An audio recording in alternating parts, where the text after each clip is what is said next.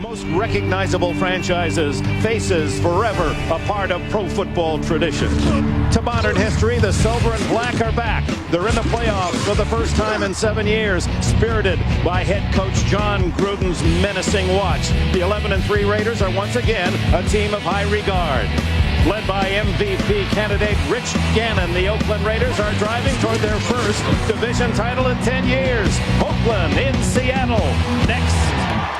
Out with wins this weekend and next, could have home field advantage throughout the playoffs. Hello everyone, Dick ENBERG along with Dan DIERDOFF. Wet weather, ground game so important, and the Oakland Raiders are best in the league in scoring on rushing attempts, 21 rushing touchdowns this year. Well, if you're Seattle looking at this, Dick, there's some good news, and that is that two of the Raiders' best three backs are going to miss the game. The bad news is that the one guy is playing is named Tyrone Wheatley, and the last time these two teams played was back in October. Wheatley ran for 156 yards, including this 80-yard touchdown run here, Dick. A couple of sore ankles, but he's getting healthy when it's really starting to count.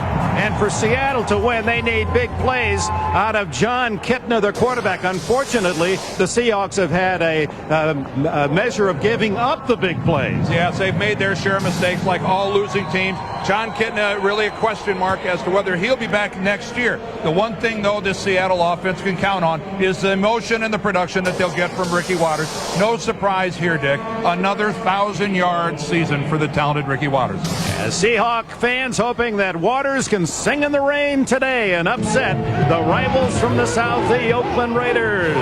We'll be back at Husky Stadium in a moment. The weather's really bad here, but John, you were saying your team's never played in rain this year. How do you prep for something like this? Well, we did the best we can to practice in it. You know, man, we asked the Lord to rain on us, and we got some wet ball snaps. It's the same for both teams. We're not going to use this as an excuse. All right, John, good luck. Now, we've decided the over-under on how many times my hat's going to fly off, guys. It's about 10.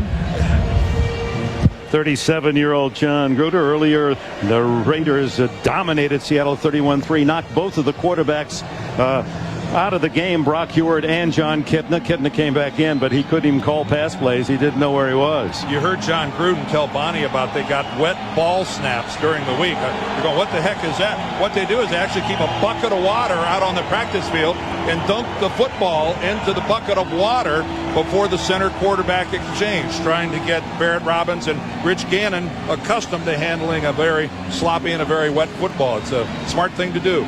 One of the reasons the Raiders are in first place in the West, they have won the field position battle off the kickoffs, with Janikowski hitting a lot of touchbacks for the Raiders, and David Dunn doing a terrific job returning kicks for the Oakland Raiders. He's averaging over 25 a return, as you saw, and has a touchdown this season. Dick, you've been doing the National Football League longer than I. One question for you. How can it be pouring down rain and the humidity be 65%? I've never been able to be. I think only in Seattle. Everywhere else it'd be 100%. Is Ryan Lindell in the rain, and some of it frozen rain, and he denies the return as Dunn takes the kneel down, and the Raiders start at the 20-yard line under the whip of Rich Gannon. 35 next week, this former Delaware star, and what a season he has had. He will earn some most valuable player votes. 22 touchdowns, only 8 interceptions. He's very proud of that. They're the three men who will represent the AFC in Honolulu. Greasy, Manning, and Gannon with the top ratings as a quarterback. From the 20, with Tyrone Wheatley, his key runner today. We expect Wheatley to be used often, and on the first play, moving prematurely, is Barry Sims, it would appear. Ball start, 65 offense, 5-yard penalty, still first down.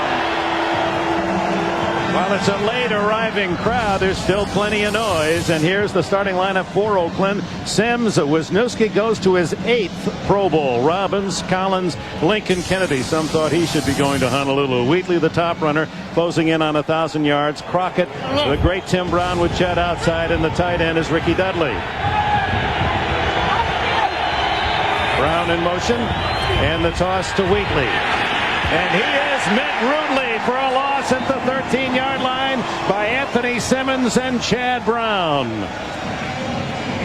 Well, the Seahawks, if that's any indication, they mostly are up today. Sinclair, Parker, Kennedy, and Labonte. Labonte for the injured Lamar King. Simmons, Kuntz, and Brown. You bet 2 of those already on that tackle.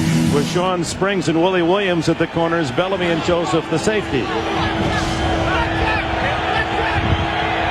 Terry Kirby, the new Raider, is flanked way out to the right side. Bottom of your screen, out of the picture, and Gannon's first pass attempt. Underneath he goes, incomplete, almost intercepted by Chad Brown. Through the hands of Jet, and Brown had a touchdown if he could have collected it. And Dick, there is the Seattle season in a microcosm. Those are the plays that winning teams make, and teams that just struggle all year don't, because this ball just drops right through the hands of Chad Brown. And this is a guy that's been in the National Football League for 8 years, has been to Pro Bowls. That is an automatic 6 points. 3rd down and 16. Randy Jordan in the backfield, and he gets the call and runs through tacklers out to the 31-yard line, and a first down. Oh my, 3rd and 16, and a handoff up the middle, and Jordan gets 17. And this is nothing more than power football right off left guard. Why not go right behind Sims? Steve Wisniewski, your Pro Bowler at left guard. Barrett Robbins, the center. And look at Lincoln Kennedy, 15 yards downfield. Look at this play. There's Wisniewski right there. Doesn't get much of a hit on Chad Brown, who kind of overruns the play. Well, that's demoralizing for a defense to have somebody on 3rd and that long just do a simple buck play off left guard and run it for a first down. Anthony Simmons, the leading tackler for the Seahawks, has left the game. They're looking at his right ankle. First down just across the 30 for the Raiders. Fake to Brown, the handoff inside to Wheatley, and Wheatley back to the line of scrimmage. That one did not fool the Seahawks. Riddick Parker, the 4-year defensive tackle from North Carolina. Well, this Seahawks defense is ranked last in the National Football League. Those rankings are based on the amount of yardage that you give up. So in that sense, it has been a very, very poor year for the Raiders. Steve Sidwell, their coordinator, said we better get better than the last time we played the Raiders. Defensively, we were just pathetic. 2 tight ends. Gannon throws. It can be intercepted on the ricochet. It goes to number 55, Marcus Bell, and Bell is all the way inside the 10 before Jeremy Brigham can make the tackle. And Gannon's hurt. Gannon down. Oh, Rich Gannon came over to try to get involved making the tackle. And right now, it's a big story for Seattle, but the story right now is Rich Gannon down on the ground. Pass went right through the fingertips of his receiver, and here he gets the hit. Rich Gannon, as you can see, just somehow something happens to his right leg. Look at him clutching his right knee, still on the ground. Extreme concern on the Raider bench. Gannon was able to jog off under his own power as they attend to him. Injured while being blocked on the interception return. Only the 9th interception all season thrown by the Raiders. They were lowest in the league coming in. Great opportunity, Seattle, from the 11 of the Raiders. The handoff to Waters, and Waters picks up almost 6 on first down before Eric Allen can make the tackle along with Marquez Pope. All right, let's go back and look at that play. This is Andre Rison, who's going to run a quick slant right here. Gannon delivers the ball. It might be a shade behind him, but basically hits him right in the chest and caroms right over to Marcus Bell. Then here we are to conclude. I think he's going to step right there. You saw Rich Gannon. He stepped on the right ankle of Chad Brown. And it was when he stepped on his ankle when he appeared to injure himself. Second down, and Kipna is drilled by Tony Bryant. Bryant, the defensive end from Florida State, with the sack. He now has 5.5, just a sack behind the Raider leader, Grady Jackson. John Kipna from Central Washington and Ellensburg, NAIA, and you can see 16 touchdowns, but you just can't be in the minus pool. More interceptions than touchdown passes. Last week, a typical week, 3 fine touchdowns, but also gave up 3 picks. One of them a touchdown the other way for Denver. 3rd down and a dozen. Into the flat, complete, and fighting into the end zone for a touchdown is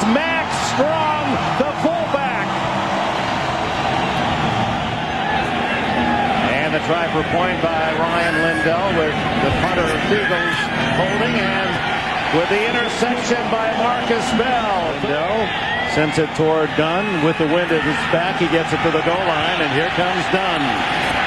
He's hit at the 24, and ball was loose for a moment, but I believe ruled dead by contact, and Oakland will start at the 24. But how about this, Raider fans? This is a surprise, seeing Gannon out there this quickly. Fake to the Brown, and the handoff to Wheatley, and he barrels forward almost to a first down. Looks as if he has it. Let's get a report on Rich Gannon. Bonnie? Well, for as much as he was writhing in pain, it looked like his knee was very much injured. Fortunately, the right knee not too bad. He's back in there. Also, linebacker Anthony Simmons for the Raiders took a shot to his ankle, but he's back in. Good for them. That's our Seahawks leading tackler, Dick. All right, thank you, Bonnie. First down at the 35 for the Oakland Raiders.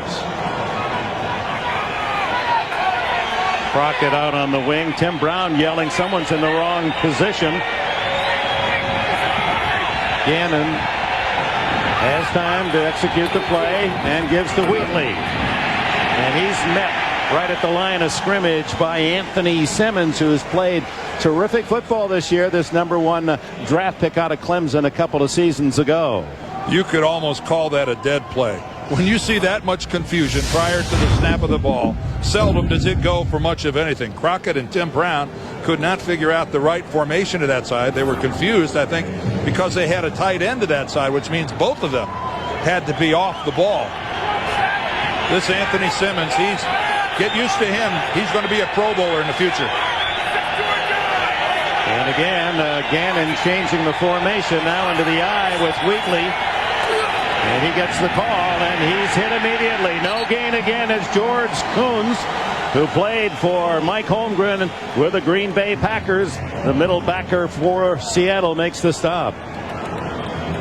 Mike Holmgren and John Gruden very familiar with one another. When Holmgren, head coach at Green Bay, Gruden was his assistant coach for 3 seasons and has great admiration, does Gruden, for Holmgren now in his 2nd season here. And there Gruden said his consistency, his creativity, and the way he communicated is what I admired most about Holmgren. Randy Jordan in the backfield. Gannon fires. Complete. And Tim Brown going to the 30, the 20, and finally tackled at the Seattle 20-yard line. Tim Brown and Andre Rison working on that loose Seattle defense. Well, Ike Charlton, number 23, is the corner from Seattle running with Tim Brown, and he gambles foolishly trying to get in front of Tim Brown to get the football and comes up with neither the football nor Brown. And Brown kind of runs into Rison at the conclusion of that play as Rison was downfield trying to make a block. But Ike Charlton, he's a rookie. You can't gamble like that. You got to get one or the other. So first down at the 20, trailing 7-0. It's Wheatley for 5 for 7 yards on first down before Jay Bellamy, injured last week in the Denver game, can make the tackle from his safety position. Wheatley, who needs 166 yards in the final 2 games to hit 1,000 for the first time in his NFL career, highly heralded out of the University of Michigan. Well, everybody knows he was the #1 draft choice of the Giants, and it didn't work out there. And you're right, how sweet that would be for Tyrone Wheatley to finally say he earned 1,000 in the big league. On 2nd and 3, Wheatley again. Nothing this time. Matt LaBounty, who is playing for the injured Lamar King, able to make the stop, undersized at 275 for a defensive lineman, played up here in the Northwest at the University of Oregon. And Lamar King, the missing Seahawk defensive end, their best defensive lineman, the guy that was having the best year, dislocated his shoulder last week in the game against Green Bay, and Mike Holmgren really upset that he didn't get to finish out the season. Their #1 draft choice last year had 6 sacks. 3rd down and 4. Brown in motion, ever dangerous, and Gannon looking that way. Fires. Touchdown, Andre Rison. No pass rush. That's the reason the Raiders had all day to allow Rison to come all the way across the end zone, and Rich Gannon was in the proverbial rocking chair. Andre Rison, who starts clear out on the right. This pattern takes a while to run all the way across the end zone like that. And Rich Gannon, even then when he threw it to Rison, could have stayed even longer. Great job by the Raiders up front. 14 yards to Rison, who has his 6th touchdown of the season, complimenting Tim Brown. And now Janikowski, the rookie, the extra point is good. 75 yards in 7 plays. Rison with a score. We're tied at 7. Now Rich Gannon hooking up with Andre Rison. Rison's 84th touchdown reception, one less than Tim Brown. The kickoff is short and returned well by the Seahawks, out across the 40-yard line by Reggie Brown, the backup fullback. Let's go back and take a look at this touchdown. Andre Rison lines up to the right. And he's going to come all, but this is what's key. Look at the pocket that Rich Gannon is going to be able to sit in here. This pattern takes forever to develop. It's double coverage by the Seahawks, both corner and safety. But Gannon has all day, and Andre Rison has the luxury of flattening out that route and running all the way across the back of the end zone. Tied at 7. 7 minutes left in the opening quarter. A fast beginning. Ball deflected and incomplete. And almost into the arms of William Thomas, who has 6 interceptions this year to lead all NFL linebackers. Seahawks line up this way. Jones, Kendall, Gray, Wedderburn, McIntosh, that young right side of the line. Holmgren thinks has a great future. Waters, the runner, strong, has the touchdown already. Mays and Dawkins, the wideouts. And Fourier is the tight end. Waters in motion, and then the toss back to Sean Alexander, the #1 draft pick of the Seahawks out of Alabama. Nothing there except 59, William Thomas, and Greg Beekert, 54. Here are the Raiders starters defensively. Bryant already with a sack. Jackson, Russell, and Upshaw. Upshaw for Lance Johnstone today. Thomas, Beekert, and Alexander, the veteran linebacking core. The back four of Charles Woodson. He goes to the Pro Bowl again. Eric Allen with Dorsett and Pope at safety. Kipna brought down, and he fumbles the ball, and it's covered by the Seahawks. Regan Upshaw made the hit, gets the sack, and Pete Kendall, the left guard, able to fall on the loose ball. Well, this sack comes in from behind. John Kitna is looking off to the right. Doesn't sense, he knows he's got protection that side, but doesn't sense any pressure from the backside. And Grady Jackson, you see on their number 90 of the Raiders, was down on all fours, kind of helplessly staring at that football a couple of yards away. He couldn't get to it. Look at this. Jeff Fiegels, as he delivers this punt, ties Ray Guy, the 2 kickers, consecutive games, 207, the great all-pro punter of the Raiders guy. With the win, sails one to Dunn. Fair catch at about the 15-yard line. That is a perfect punt. When you make a guy field a punt about a yard from the sideline, that's perfect. We have a timeout. 5:35 left in the first quarter. Rich Gannon and the Raiders start from the 16, tied at 7. First quarter. Zach Crockett and Tyrone Wheatley behind Gannon. It's the Wheatley and through his hands. That's the 3rd drop by the Oakland receivers in this opening quarter. We invite you to visit NFL.com for a unique experience. Auctions with net proceeds. Tim Brown and then the touchdown pass to Andre Rison have been the lone bright spots here for the Raiders. They're playing like a team that knows that they beat this team 31-3 last time. Their intensity level needs to pick up. That's done in motion, and the toss is to Wheatley, and what a hit by Michael Sinclair, the veteran from eastern New Mexico. Well, that's the kind of emotion that Mike Holmgren was hoping that his team would show here today defensively. Good lead block out front by Barry Sims, but keep in mind now that Michael Sinclair is coming all the way over. He's the defensive end to the far side of the formation. Of all the defensive linemen, Michael Sinclair had to run the farthest to make that tackle. That's good hustle. And to Wheatley's credit, he didn't dropped the ball. That was a jarring hit by Sinclair. 3rd down and 11. Gannon fires underneath to Tim Brown. It's caught, but shy of the 1st down. Chad Brown makes the stop for Seattle, and the punt team comes on for John Gruden's Raiders. Well, like we saw last week, Dick, when we saw Seattle play Denver, they fell behind, but they kept scratching their way back into the football game. Didn't appear that Mike Holmgren's team had any quit in it. And so far this game, they've started off not just matching, but really beating Oakland's intensity level. Shane Leckler, the rookie from Texas A&M, who's delivered some terrific kicks this year, driving Rodgers to the 30, 40, and Rodgers to the 47-yard line. Good field position for the Seahawks with a timeout. 4:05 left in the opening period. The Seahawks 7 and the first place Oakland Raiders 7. About half the folks have decided to watch it at home. No gain for Ricky Waters on that effort. And we remind you of Friday on CBS. A gain of a couple on 1st down for Waters. 2nd and 8 near midfield. 3 receivers to the left. Kitna throws left. And the ball caught by Derek Mays. Former Notre Dame receiver Eric Allen on the coverage. 1st down for Seattle at the Oakland 42.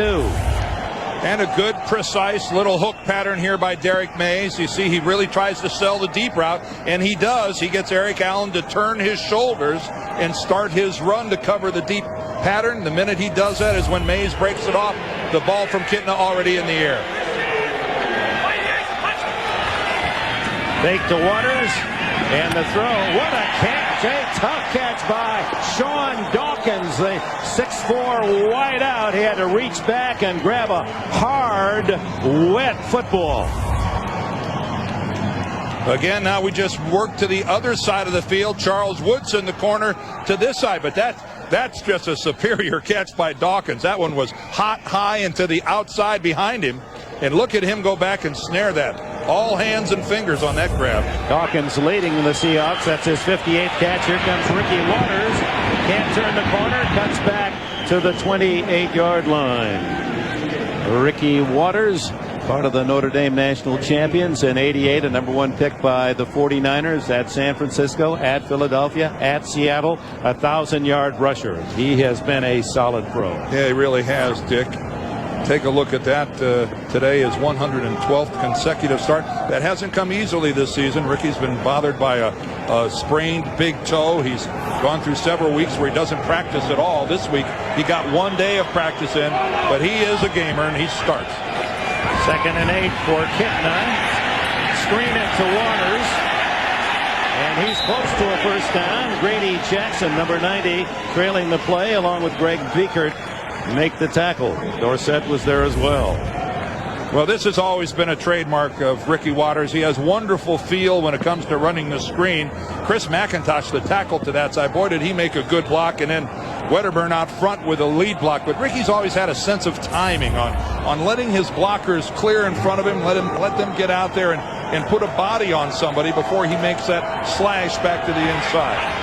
3rd and 2, Sean Alexander in the backfield. The throw incomplete off the hands of Matt Strong, who scored on the touchdown swing pass earlier in this opening quarter, and on comes the field goal unit.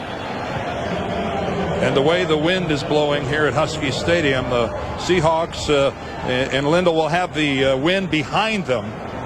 But it is a while. If you look at the flags on top of the field, it's blowing one way. Down on the field, you look at the goalposts in one direction, they're going one way, the other one the other. This is it's just a rotten day. There's no way to sugarcoat this. 40-yard attempt by Ryan Lindell. Speak your mind, Dan. Speak your mind. Well, I think they have a little help here with the wind. And he holds the line. It looked as if it wanted to go right, but came back to the left on the fade.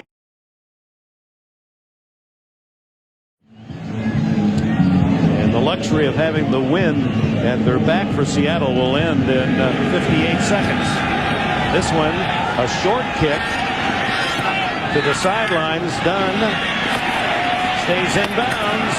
breaking tackles all the way to the 29-yard line. Well done. James Logan made the tackle. Well, the big right tackle of the Oakland Raiders is Lincoln Kennedy, and of course he came to the Raiders in a trade from Atlanta back in '96, but he's on his home turf. Lincoln went to school here in Washington, and he said, boy, it's going to be weird being on my home field and getting booed, because I know that's what will happen. We've got an injured player down at the 25-yard line here. Bobby Brooks, the backup linebacker for the Raiders. Lincoln Kennedy, an affable guy, really interested in drama. And music. His mother made him play the trumpet when he was in the 3rd grade all the way through high school. They talk about guys that would have stage presence now at 6'6", 335. Now that's what I call stage presence. He would project, wouldn't he? Now that's an Othello. A good guy, and of course loves the Seattle area, and said, this is really bizarre. I've never seen the visitors' locker room. I will today. As a member of the Huskies, 3 straight Rose Bowls for Lincoln Kennedy, who anchors the right side of the Raider line. First down at the 30. Brown in motion. And Wheatley for a first down, a dozen to the 42. Chad Brown gets him to the carpet. Ooh, there's a little power football right behind Barrett Robbins, Mo Collins, and Lincoln Kennedy. Take a look to the left side of your screen there. Look at that surge. Oh, as they go right, Tyrone Wheatley ought to go back to the huddle and do a whole lot of butt patting. Mo Collins in there at right guard. Of course, he's the little guy. He's only 6'4", 3¼ Barrett Robbins, the center, 6'3", 320. This is a heavyweight and a talented right side of the Raider offensive line. Wheatley had 118 yards in the first half. The earlier game won by the Raiders, 31-3, and here he is in the open again. All the way to the Seattle 46-yard line. A gain of some 13, 14 more. And that's the end of the first quarter here in Seattle with the Seahawks 10, the Raiders 7. Welcome back. We open the second quarter. Raiders ball, 44, 46-yard line of Seattle, and they now have the win at their back. Gannon hasn't scrambled yet. Underneath, incomplete to Andre Rison, the touchdown maker for the Raiders in the first quarter. Kerry Joseph on the coverage. Well, throwing the football, I think, is going to be tricky all day. Andre Rison trying to put about 12 moves on at the line of scrimmage. Does a pretty good job of pushing off there at the last minute. But still, Rich Gannon has the ball float on him a little bit and high and away. Well, all-time career touchdown receptions, Rison and Brown. What a tandem for the Raiders in the top 10. Wheatley pushed back, but not tackled, and finally knocked out of bounds right at the line of scrimmage. Willie Williams from the corner. Bonnie, what do you have for us? All right, well, Dick, Rison with that touchdown putting the Raiders on the board. Of the 23 new players in Oakland, John Gruden said single-handedly Rison is the one with the biggest impact. He said he's a spark plug in the huddle. He obviously brings 7 years worth of Pro Bowls to the game. He said, but on top of that, because he's out on the field, opponents can't always double-team Timmy Brown. The only man in NFL history to catch a touchdown pass with 7 different NFL teams, Andre Rison, out of Michigan State. 3rd and long. Split backs. James Jett in motion. Well, Big Lincoln moved at right tackle. Are they going to let this play go? No, I don't think so. Boy, this has been refreshing, however, Dan DIERDOFF. That's the first flags, is it not? In the second quarter? No, we saw one in the first, but it hasn't been bad. Ball start. 72 offense. The 5-yard penalty. That's right. Down. You know, he wasn't all the way down in a 3-point stance. They're right here to the right. Take a look at Lincoln. He's going to just kind of get up. That's enough. That's enough. And Michael Sinclair wisely comes across. It's really a hardship to have to play offensive line. You know, you can't even, especially tackle. Don't you think offensive tackles maybe the most challenging position? Well, that's a given. People have known that for decades. 3rd and 16 for Gannon. Well protected again. Look at the time. Now the scramble for the first time, and with that injured knee, not quite as nimble as the Gannon we've seen throughout the year, and Chad Brown ends the journey for Gannon and the punt team on. Well, what tremendous blocking by this Raider offensive line. Just look at this. It's a four-man Seattle rush. Rich Gannon, he was moving more to get a better view than he was reacting to pressure. He was just moving over to the right to see if maybe he could find an open receiver. Doesn't get much better than that from an offensive line standpoint. Shane Leckler to Charlie Rogers. Fair catch at about the 13-yard line by Rogers, the Legion at Georgia Tech. Timeout, a minute 45 into the second quarter. And Dierdorff and Bonnie Bernstein, Dick Enberg back at Husky Stadium. Couple of Huskies right there. We are family. That's right. Breaking into the open is Ricky Waters, and finally dragged down by Eric Allen. But Waters improving the Seahawk field position out to the 26, behind a block by Sean Dawkins. Boy, and take a look at this. Is again just straight power football out of the I formation. And both teams, when they've been having running success, it has been with straight ahead running instead of trying to break containment and getting around the corner. We haven't seen either team successful in getting off an edge, but between the tackles, both clubs are getting it done a little bit. The Raiders more so. Kitna realigning his running backs, and still some confusion. Bruce Waters to tailback, and gives to Waters, breaks a tackle, but able to plow for about 3. Anthony Dorsett making the stop. No, the Christmas bonus. Have you gotten yours yet? That Christmas bonus coming. Kitna throws underneath, complete, and the fullback Reggie Brown to the 30-yard line, and a flag is down on the far side of the field.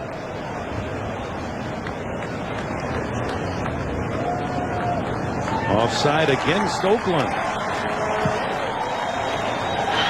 Offside, 96 defense. 5-yard penalty, still second down. Big Darrell Russell, the middle of the Raider defense at tackle.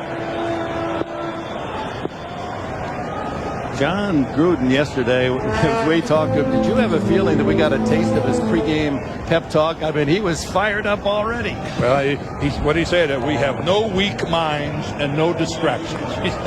I will not allow them to wander from our purpose of winning these last 2 games. Boy, he'd be fun to play for. As Ricky Waters able to slice off tackle for a first down. William Thomas down low to trip him up. The problem for John Gruden and the Raiders is the Seahawks are not willing to just dry up and blow away. It appears that Seattle came to play today and that they are going to make it hard. They're not going to hand this to the Raiders, and that's one of the really nice things about professional football late in the year. A lot of times you'll see a team that just rolls over and you're going, you know, those guys are doing themselves a disservice, and everybody who's watching. It's obvious that Seattle's going to have no part of that.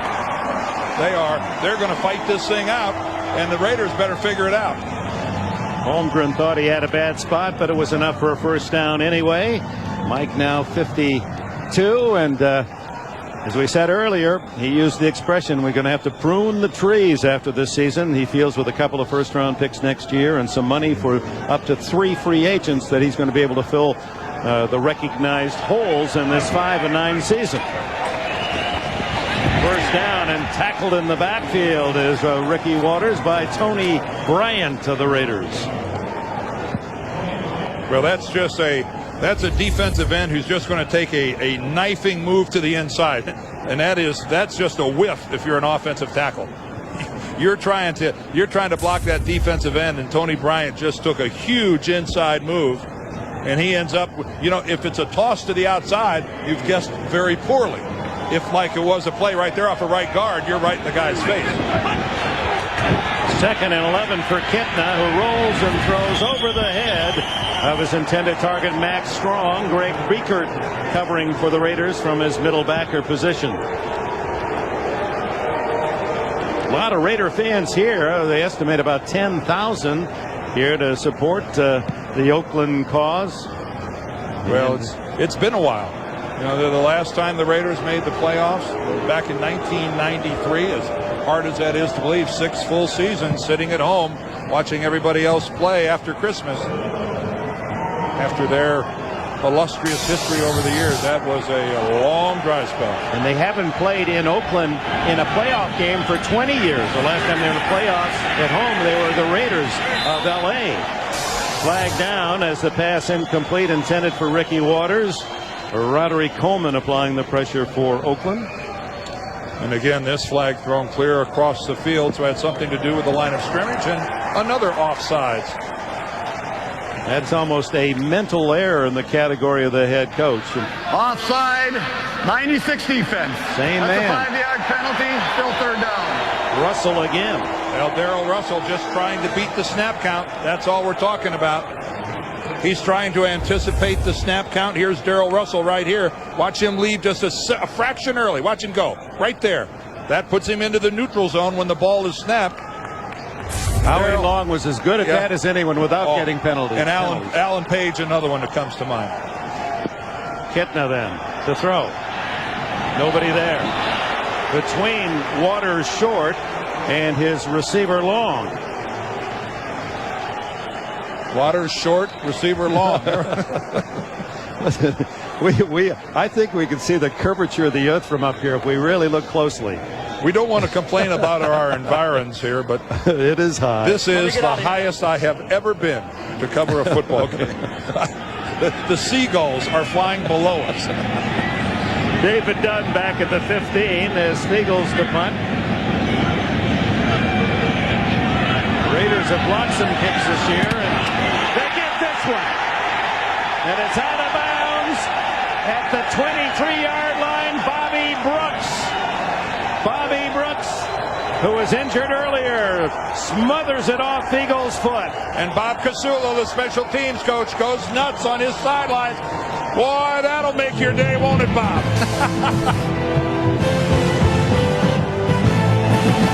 Went on special teams as well, and that's the 5th block by the Raiders this year. The 3rd punt, the 2nd by Bobby Brooks. They take over at the Seattle 23, trailing 10-7 here in the 2nd quarter. Wheatley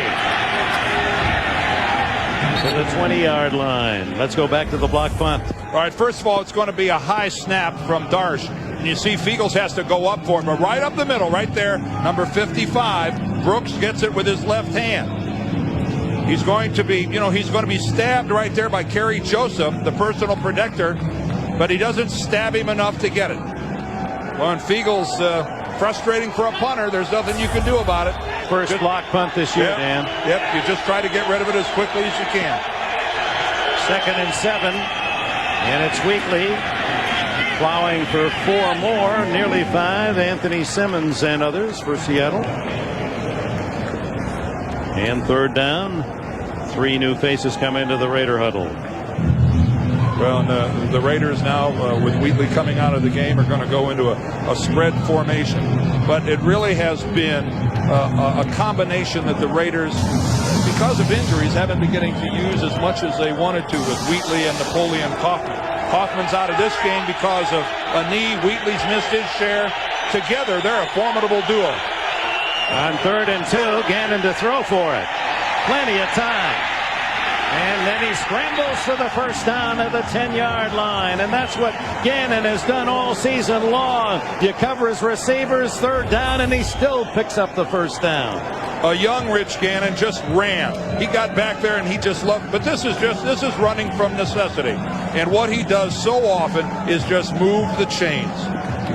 Talk to John. Keep in mind, this is a guy that on Wednesday is going to be 35 years old. And talk about blossoming in your 30s from an NFL standpoint. And Rich Gannon is as deserving of the MVP as anybody in this league this year. 1st and goal from the 10. Wheatley back in and gets a yard or 2. 3 blue jerseys led by cornerback Sean Springs and the safety Jay Bellamy.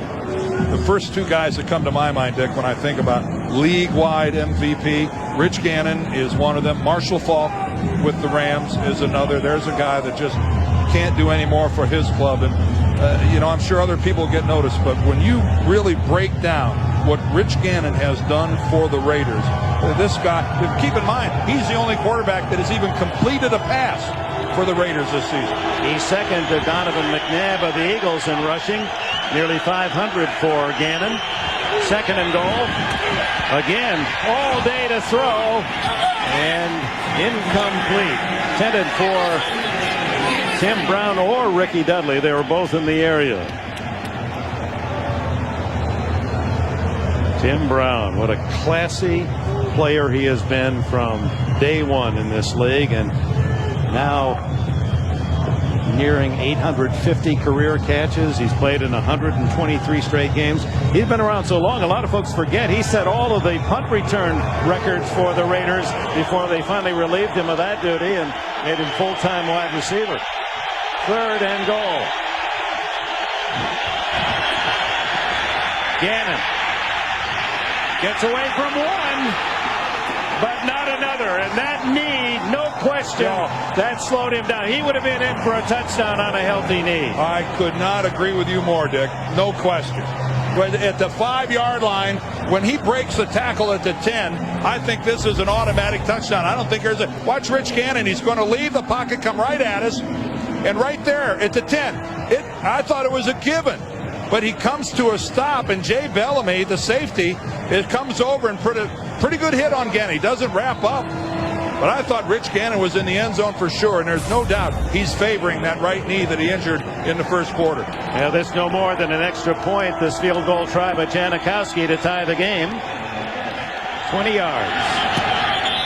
Flag down, flag down. And delay of the game. The Raiders will have to try it again from 25 yards. Gives us a chance to talk about what they've done in this particular department. Two rookies, Leckler the punter, averaging 46 punt, an average of 46 yards a punt, and then this man, Sebastian Janikowski from Florida State, who started slowly but has made 14, make it 15 of his last 17, counting the one earlier today. Do they have 255-pound Seabass? Probably. Because he's a big one. He really is. 255, they say, this rookie. It's tied here at Husky Stadium with 6:04 left before the intermission. Flips to the outside and then dragged down by one leg at the 27-yard line by David Dunn. And with it, a timeout. Much at stake for the Raiders. They're in a tie game. Second quarter, just under 6 minutes left, and the Seahawks with the ball at their own 27-yard line. John McKipna takes the waters and throws complete.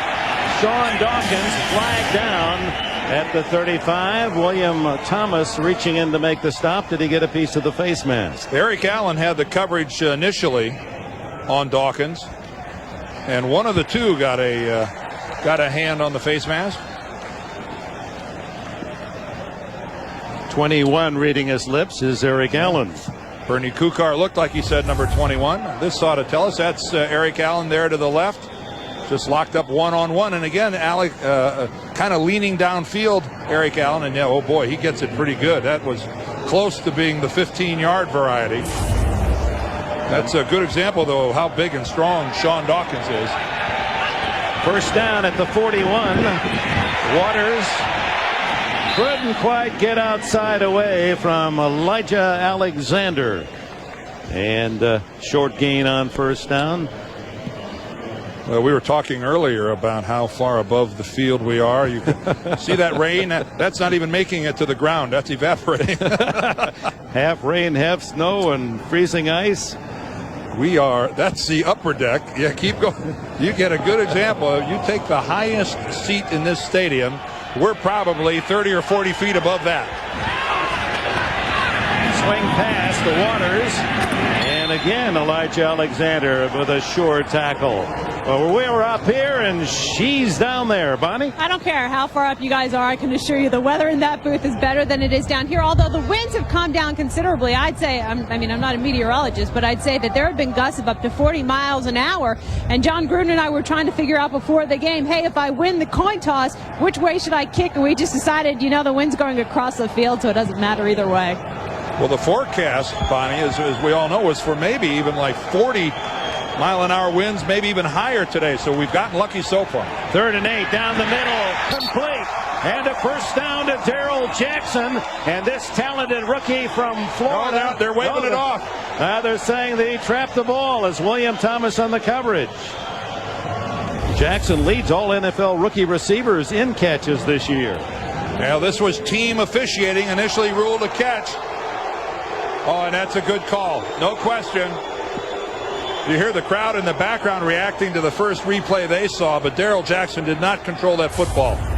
We'll see. It came loose and it bounced on the turf. Is Mike Holmgren going to challenge? He needs help from up above. Of course, if his coaches are up here, their only view is from our monitor. Well, Bernie Cooker's PA network has gone down. Well, Bernie, it appears that Bernie's either leaving or he's going to go over and go under. He's got that. He could. As we watched him yesterday, with his looks and his attitude and his fire, had he decided to go into theater himself, I think he'd have been a terrific actor. I'll bet you he was Dennis the Menace when he was a kid, though. After reviewing the play stands is called. It's incomplete. The ball is rolling.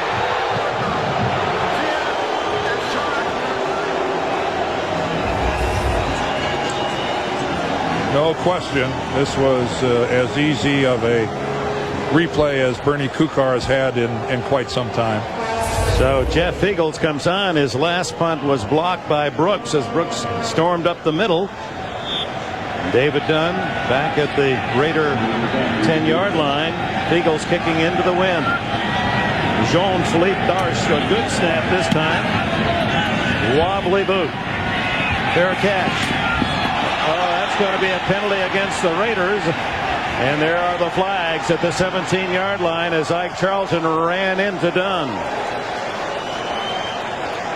Well, the key here is even if Dunn didn't signal for a fair catch, you still have to give the guy room enough to catch the football. And the wind may have been playing tricks with that punt. And there's the penalty against Seattle.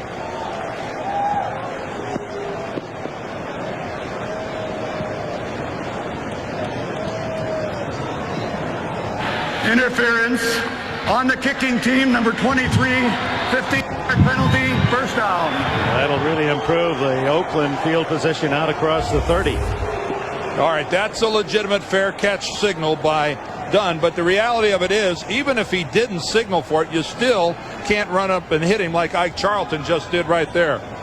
But that is a good, legitimate side-to-side motion, signaling the fair catch. And Ike Charlton just seemed to be disoriented. It's like he wasn't even sure where he was on the field. First down at the 33. 10-10 tie. 4 minutes left in this first half. And Wheatley back to the 35. A gain of a couple. And Kerry Joseph and others with a tackle. Tomorrow night, Sunday night, mean-yard first half meeting number 1 down in Oakland with the Seahawks. His career best game, 156 yards total.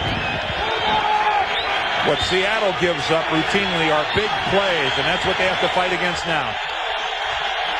Just does get the play off, and Wheatley stacked up after a yard as John Hilliard, a rookie from Mississippi State, and Anthony Simmons collaborate on the tackle. When you ask Mike Holmgren, how is it we found ourselves in this defensive pickle, and he said it's poor tackling has just led to way too many big plays. Of course, you have to keep in mind that this is a defensive team that has their 3rd defensive coordinator in 3 years. Remember that Fritz Schirmer was going to be the defensive coordinator of this team before Fritz died last year, and everybody knows what a wonderful defensive mind that Fritz was, and that's what started it, I think, on a downhill roll. 4 wide receivers, and Gannon going to run it, and is tackled at the 39, shy of the first down, as Antonio Cochran, second-year tackle from the University of Georgia, tracks him down. Well, again, Rich Gannon, and this was a quicker decision than normal for him to leave the pocket and try to run for the first down. But again, a good reaction time by the D-line of Seattle. And again, I have to praise the Seahawks. They are matching every bit of the way the intensity of the Raiders. And the whistle, no kick, no kick. No kick. They're going to have to do it over again. A 2-minute timeout here at Husky Stadium. We're pleased that you joined us on this special Saturday in the great Northwest. And for Mike Holmgren, the fact that this is on national television was part of his motivational force, wasn't it? Darn right. He told his players that you've got a chance to make a statement that everybody in the country is going to see it. It's apparent to me they heard him. The punt by Leckler with the wind driving Rodgers back. And he's in big trouble and smothered inside the 5-yard line. Adam threw one of those down to make the tackle along with Johnny Harris. Rodgers, who muffed a couple of kicks last week in Denver, trouble again. Look at the wind take it. And that laying out there for a possible Raider recovery. But you got to give him credit, at least. He stayed with it, Dick. He didn't panic. Rodgers didn't panic. He didn't boot it. He didn't. That could have been a whole lot worse, especially given the fact that we're inside the 2-minute warning. Led the league last year and punt returns third this year. Oh, Kidna almost tripped as he pulled away from center, but gets it to Waters. A gain of 3 out across the 5 to the 6. John Kidna, a native of this area, went to high school in Tacoma. And the Raiders, who have all 3 timeouts, like to use one of them there, Dick, and trying to see if they can get the ball with some pretty good field position. 2nd down and 7. Oh, just getting away for a moment is Waters, and he almost pushed back into the end zone as Johnny Harris, an extra defensive back, coming up to make the play. Well, luckily, Ricky Waters had a little ground to give. But again, the Raiders take a timeout. They're going to end up with this football in pretty decent field position. Yeah, it's a day for the Birds, as the Seahawks hoping they can get out of this jam, but breaking out across the 10 to the 11 and very nearly squeezing out a first down was Ricky Waters. Charles Woodson made the tackle along with Johnny Harris, shy of the first down, and that's the last time out for the Raiders, but they're going to get the ball with more than a minute left in good field position. Remember, the Seahawks will be kicking against the wind. And of course, the other side of that, the Raiders will have the wind if they attempt any kind of a long field goal with Janikowski. And Janikowski's range, certainly with the wind, will be well beyond 50. Reminder, you can get exclusive previews of Sunday's games and all. Feagles already has had one taken out by Bobby Brooks. And the Raiders, they're going to work on that psyche right here. 10 men on the line of scrimmage for Oakland. Feagles to kick. And hits a good one against the wind. A very good kick to David Dunn. Oh, he gets through the first 2 men at the 45 and fumbles the ball, picked up by the Raiders, but ruled down. Torrey James scoops it up, but it had been whistled dead back at the 47-yard line. James Logan made the tackle, very close to delivering a fumble at midfield. Let's take a look at Dunn as he finishes this off. Yes, he's obviously well down on the ground before that football comes loose. But James did the right thing. You see a ball on the ground, you scoop it and go. And what a kick against the wind. 57 yards by Feagles, as the veteran has his longest kick of the entire year in these conditions. 56, his previous long. Well, this will make Al Davis happy. Maybe a little long ball. And Gannon winding up, scrambling and tackled from behind at the 47 of Seattle. Remember, the Raiders cannot stop the clock with a timeout. They've used them up. But this is where such a difference with a veteran quarterback like Gannon. Look, there's no panic here. 2nd and 4. And complete to his tight end Dudley, trying to get out of bounds. He does. That was a big part of the play. Out of bounds inside the 35. Jay Bellamy ran him out. And finally, Ricky Dudley becomes a part of the offensive happenings for the Raiders. What a target at 6'6", 255. Everybody keeps waiting for this guy to become an all-pro. And again, this is a big play. Smart play, getting out of bounds. But again, the reassurance that Rich Gannon just radiates in an offensive huddle, it's something that seeps into all the other 10 guys. Gruden talking about the way he manages the game so well, this veteran. From the 32, he's throwing long, wide open, incomplete. Tim Brown, and the wind having a cyclonic effect on that lob pass. It just took it right away from Brown. I think you're exactly right, Dick. Rich Gannon gets a little pressure. He's got to loft this up in the air. Tim Brown, with just his left foot, kind of slips out. Let's look and see if it slips away from him. I don't know if Tim would have been able to keep his feet if he'd have got to that football or not. But I think maybe he would have. I think that's more of a case of Brown slipping than the wind. 37 seconds left in the half. A 10-10 tie. Gannon throws it away. Well away. He had Tim Brown in the area.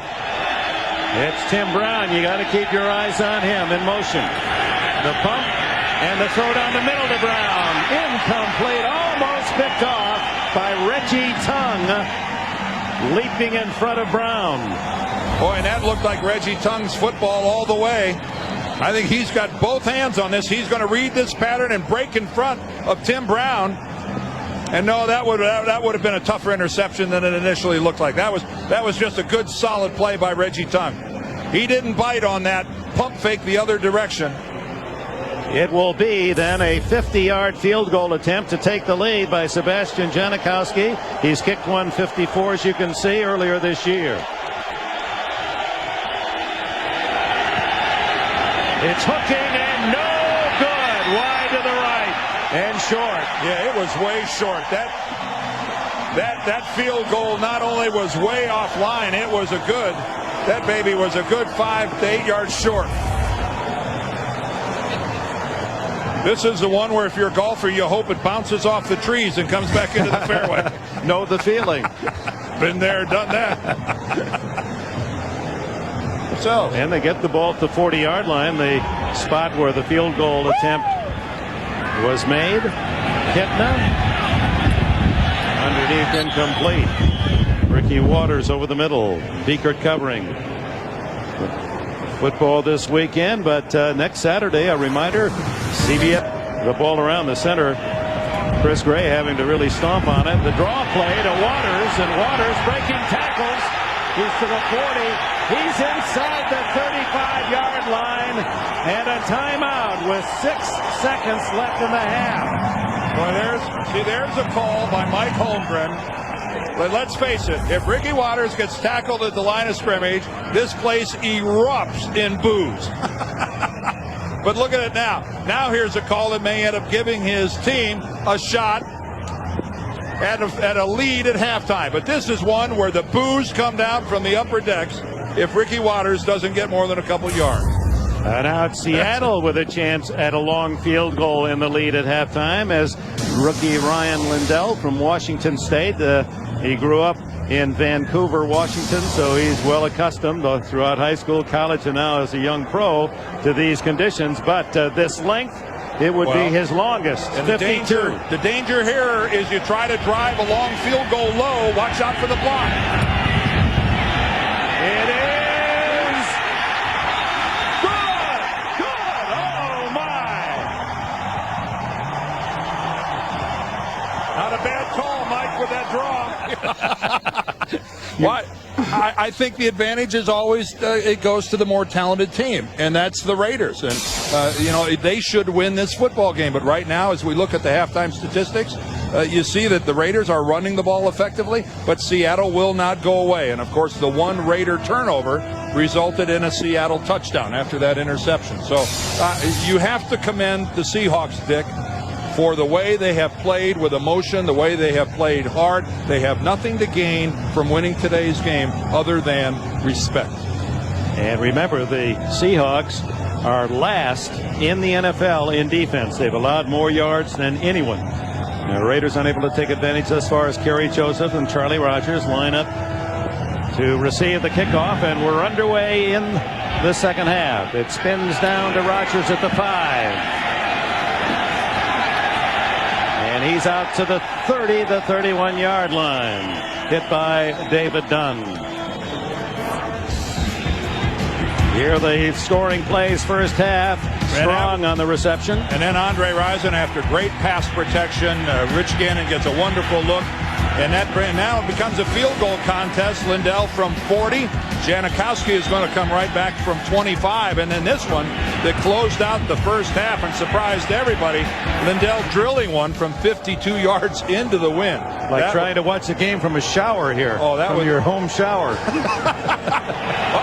Fumble and a big scramble, and it appears Kitna able to fall on it himself. Yep, he comes up with it. Well, that's because I don't think any of the Raider defensive linemen saw it. This ball's on the ground for a while. Look at how long that thing sits there, and no Raider defensive lineman able to come after it. Bonnie Bernstein. Dick, John Gruden said he's been most happy with his special teams. Of course, the Bobby Brooks punt block that led to a Sebastian Janikowski field goal. But he did state the obvious. He said, guys, the only way we're going to beat this team is if we make big plays. And they had a chance there, a loose ball. As Kitna hands off and hit immediately is Ricky Waters. He didn't take a step forward, and Darrell Russell had bear hugged him. Well, Darrell Russell, remember, he just exploded into the NFL from Southern Cal. A couple Pro Bowls to his resume, although not this year. And again, that's just a knifing slice to the inside. Right in behind the pulling guard, and Ricky Waters, lucky he didn't fumble the football. A lot of times you'll see the ball on the ground when a running back gets surprised to that extent. 3rd down and 15.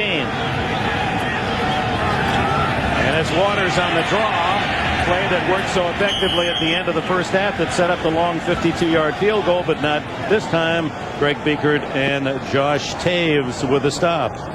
So 3 and out quickly for the Seahawks. And now we'll get a chance to see how Rich Gannon responds at quarterback. We were all surprised. It looked like he severely hurt his knee, the way he was rolling around on the ground, and then he played the rest of the first half. Now, he's been out for a while. We'll see if he can get it warmed up. Jeff Feagles, and he hits it off the side of his foot out of bounds at the 47-yard line. He almost missed that ball. I believe the wind is blowing so unpredictably it almost blew it away from his foot. A break for the Raiders. And the Raiders start with good field position, and Tyrone Wheatley on first down for almost 3 into the arms of George Coons. Let's watch Feagles on that punt try. Well, it wasn't the greatest of snaps from Darsh, but it was effective. It was there. But again, look how the wind catches that football. But keep in mind, Feagles has had one blocked, and that ball just drifted off to the right. He only hits it with the outside of his right foot, and that is a 100% shank right out of bounds. And the Raiders, excellent field position. 2nd down and 7. Gannon changing his play. Wheatley, the sole running back, he gets the call. Chad Brown with a tackle after a 5-yard pickup. It'll be 3rd and 3. Bonnie? Guys, I was on the other side of the field from where Feagles made that kick, but I'll tell you what, the wind down here is as bad as it's been since the first quarter, and it's got to be gusting somewhere around 40 miles an hour. Well, you stop and think about it, Bonnie. The guy drops a football. He wants to hit it on the top of his foot. When he hits it with the outside of his foot, how far are we actually talking about the football drifting? 2 inches, maybe? 2 inches, the difference between a great punt and a dead shank. On 3rd and 3, Randy Jordan in the backfield, but the timeout is called by Seattle. It's the Seahawks' first timeout in the second half.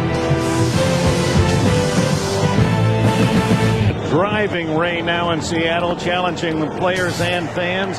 This new field turf, however, can drain 60 to 70 inches of water an hour, so the field is in great shape. 3rd down and short, and Jordan tripped up as he hits the 38. It appears on the early mark he is just shy of a first down. Jay Bellamy up from a safety spot. Interesting there, Dan. The Seahawks had 1 linebacker, 6 defensive backs on 3rd and 3. Yeah, they were expecting that maybe they were going to see a little play action, but they did a pretty good job of stuffing it right at the line, and I think John Look at him. He's going to hurry up and go for it. See if he can confuse Seattle. On 4th and 1. Wheatley. Oh, it's going to be close. The Seahawks think they are going to get the ball on downs. Well, nothing new. Anthony Simmons was one of the guys right there at the point of attack. He was the first Seahawk to get upfield and kind of disrupt the lead block. Watch Simmons. This is him right here coming in from the left. Look how he gets upfield and takes on Crockett, the lead blocker, and that really forces Tyrone Wheatley to come to a stop. There's Simmons. Boy, look at him meet Crockett. But that meeting took place about 1.5 yards on the Raiders' side of the football. That's what killed that play. And the Seahawks do considerably take over on downs. That's a big early play after the short 15-yard punt. Seattle's defense holds, and the Seahawks take over. What a great read by Anthony Simmons, covering that hole and getting upfield. One more time. Let's look at Simmons. There he goes right there. Meets Crockett, gets under Crockett, stands him up, and Tyrone Wheatley gets no forward momentum. And Jay Bellamy right behind Simmons, down low to stop Wheatley with the first contact. Now Ricky Waters sprinting into the open, but a flag is down. Back at the line of scrimmage. Eric Allen makes the stop, but it's holding against the Seahawks. Holding. 60 offense. 10-yard penalty, still first down. Well, 60-something could have been any one of 3 interior linemen. Kendall Gray and Wedderburn all wear numbers in the 60s. One of them just dodged an enormous bullet. Waters, though, sprinting into the clear. There was only Allen left had that not been a penalty. Strong and Waters split behind Kipna. Second and long, or first and long, and complete to Waters. And all the way to midfield before Dorsett and Beekert run him out of bounds. And John Kitna's hurt now, Dick. John Kitna, who took a ferocious shot just as he released the football. I'm not sure if it's Darrell Russell, one of the Raiders, hits him just as he releases the ball. No, coming upfield, that's Grady Jackson, I think, number 90, that hits him. First down for Seattle, but Kitna down, and it's been hazardous duty against the Raiders all season long. They have knocked 9 quarterbacks out of the game this season, and in the first meeting, both Kitna and Eward were KO'd. Able to walk off holding his knee, and Travis Brown, a free agent from Northern Arizona, takes his first snap of his professional career and gives to Waters, and Waters, after that first down screen pass, moves into Oakland territory at the 49. Well, the first time, Eward and Kitna both knocked out of the game. Eward gets knocked out first. He was not able to return. Brock Eward was just KO'd, and then John Kitna takes over, and he gets a concussion. Now, he was able to continue to play, but Mike Holmgren had to cut the playbook way back because John Kitna couldn't remember formations. He couldn't even remember the execution of some of their most familiar plays, but yet he toughed it out and made it through the game. 13-10 Seahawks lead. 10 minutes left in the third. Waters can't get around the corner. Able to duck into the 45, where it'll be a 3rd down and 4. Travis Brown from Northern Arizona played his high school ball in Phoenix, a free agent undrafted quarterback by the Eagles and then picked up by Seattle. And right now, John Kitna down on the sideline with Mike Holmgren really pleading his case, trying to get into the game. He half ran out on the field, and Mike Holmgren grabbed him and snatched him back. Is this the time that young Brown throws his first NFL pass? 3rd and 4. Yes. And he goes long. Incomplete, intended for tight end Itula Neely, covered by Johnny Harris, and the fans wanted a foul. What the fans almost got was an interception by Harris. Harris has played well today. Yeah, he has. It's good protection. Travis Brown gets an awfully fine look downfield, and he puts some air under this trying to float it over, and that's incidental contact between both players. There's no way that's going to draw a flag against Harris. Eagles with a block punt and a 15-yard punt as the wind at his back. End over end, Dunn waves it off, and it rolls inside the 15 and out of bounds between the 12 and 13-yard line. 9:04 left in the third. The Raiders trailing by 3. And the give to Wheatley, and again a crowd surrounding the big running back for the Raiders. Cortez Kennedy, the veteran, leading the charge. Monty?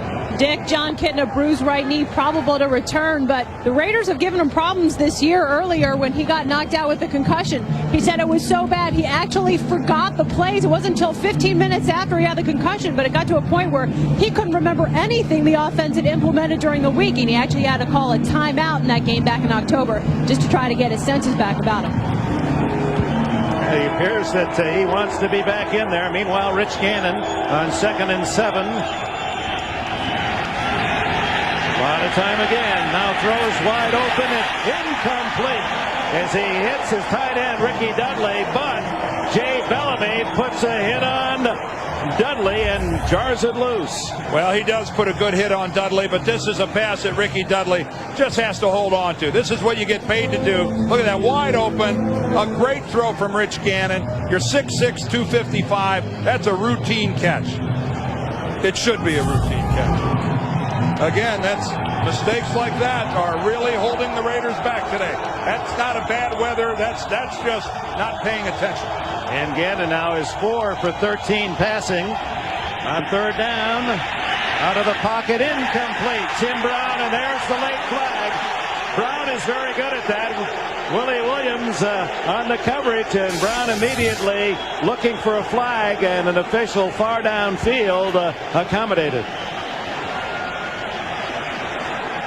Illegal contact. Illegal contact. 27 defense. 5-yard penalty. First down. Well, Willie Williams is locked up with Tim Brown. In the slot, Tim Brown here is going to make his break across the middle, but Williams holds him up. Tim Brown tries to make, it's not a case of Willie Williams playing the football. Tim Brown trying to make his break to the middle of the field, and he was most certainly held up by Willie Williams. Willie Williams was playing Tim Brown, not the football. From the 21, the first down, and here comes Wheatley to the 40. He could go all the way. 30, 20, and out of bounds at the 15-yard line. Sean Springs. Ohio State just caught Michigan. Hasn't happened often in recent years, has it? And Springs, with his speed, saved the touchdown. Well, first of all, what a job at the line of scrimmage. Nobody even to challenge Tyrone Wheatley, and then downfield he gets away from Jay Bellamy. But with the angle coming all the way over from the far cornerback position, Sean Springs. Tyrone Wheatley had a pretty good hand on Springs' face mask, but the Buckeye ran down the Wolverine. It's a first down at the 12-yard line after a 67-yard run. This is Randy Jordan, tackled by George Coons. Of course, Wheatley had the big run in game 1. Yeah, this was an 80-yarder and that same type of blocking at the line of scrimmage. And again, Sean Springs is the guy who got a hand on Tyrone Wheatley, but he didn't have the angle back in October that he had today. But again, remember we talked about big plays, and again, that's what's been killing Seattle. 8 different running backs, over 100 yards. Missed tackles and giving up the big play have been killing Seattle. And now Wheatley over 100 today. Jordan again. He's to the goal line. Touchdown! Randy Jordan, his 2nd of the year.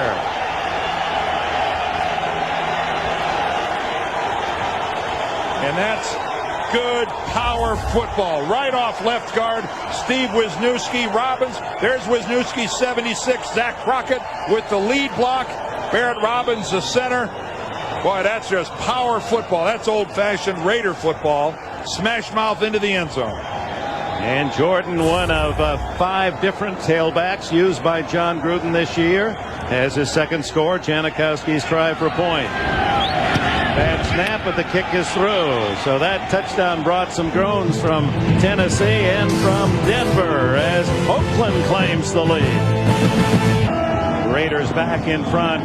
87-yard drive in 5 plays, inspired by the 67-yard run by Tyrone Wheatley as Jordan gets the score 6 yards out. Janikowski skids one down to Charlie Rogers.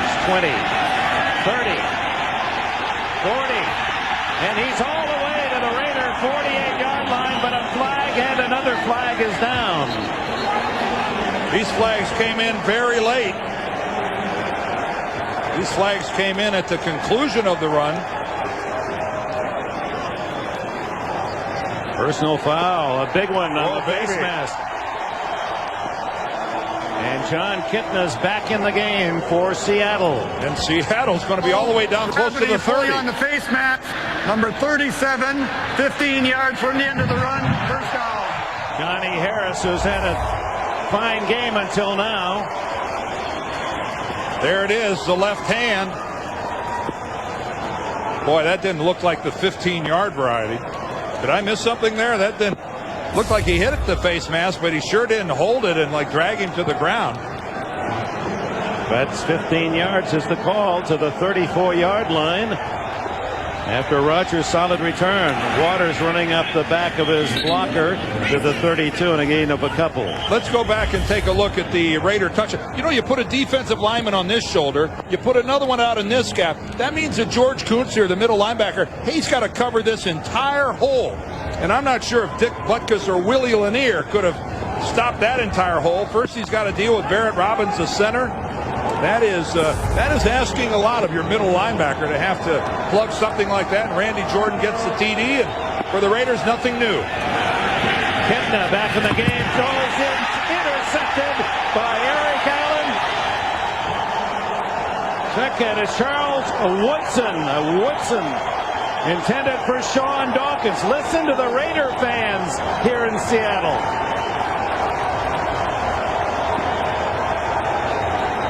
Woodson's 4th of the year. Well, it's just Woodson and Dawkins, but look at Charles Woodson. Look how he gets in front of Sean Dawkins. And Dawkins is arguing that he got interfered with by Charles Woodson.